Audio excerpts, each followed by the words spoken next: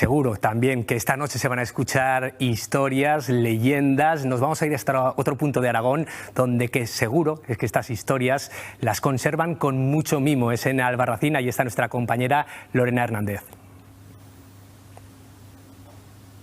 Sí, porque este propio cementerio, el de Albarracín, esconde una leyenda que tiene que ver mucho con la torre que tenemos aquí al fondo, que se conoce como la Torre de Doña Blanca. Antonio Jiménez es el director de la Fundación de Santa María de Albarracín. Antonio, ¿quién era Doña Blanca y qué le pasó en la torre? Bueno, Doña Blanca era una princesa aragonesa que camino del destierro recae en Albarracín. Por cierto, es desterrada por los celos de su cuñada. Entonces aparece en Albarracín con su séquito y se enamora del lugar. Hasta tal punto que el tiempo que estuvo en Albarracín, uno de sus paseos preferidos era precisamente acercarse hasta este extremo de la ciudad, al pie de la torre.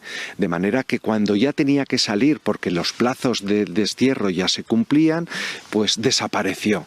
Todo el mundo dio por hecho que la Doña Blanca había desaparecido, había muerto en la torre.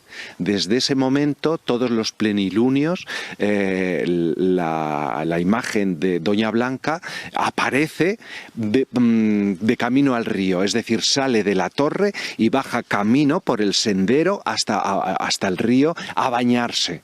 Con lo cual, el atractivo para todos los turistas es acercarse a ver cómo baja Doña Blanca en ese plenilunio a través del caminillo, la senda que conduce hasta el río. Esto es lo que cuenta la leyenda, pero la historia de la torre también tiene mucho fundamento porque ha sido un poco de todo, ¿no?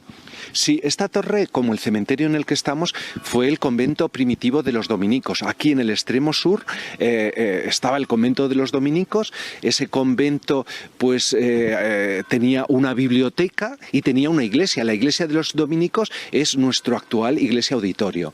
Lo que es el cementerio era la residencia de los dominicos y en esa residencia, contigua a esa residencia, estaba la torre de Doña Blanca, Torre Blanca.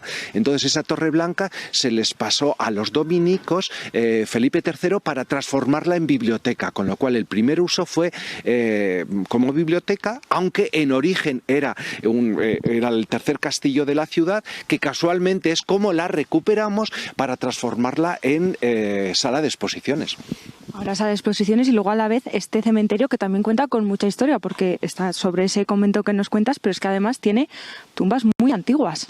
Sí, el espacio, la residencia se pasa a convento en el 1599 y con la desamortización desaparece. Pero es cierto que, claro, esa desaparición y esa ruina del convento llevó a la pervivencia de algunos muros un poco más destacados. En esos muros más destacados es donde están los enterramientos más antiguos.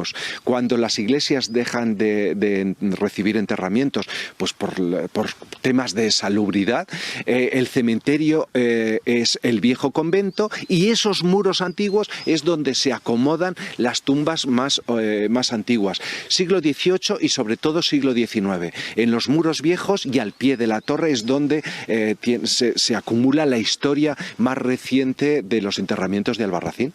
Muchas gracias, Antonio. A ustedes, si quieren, pueden acercarse a conocer este cementerio porque está abierto todos los días del año y les invitamos a que si se atreven a venir el 9 de noviembre porque hay luna llena, a ver si ustedes también ven a Doña Blanca.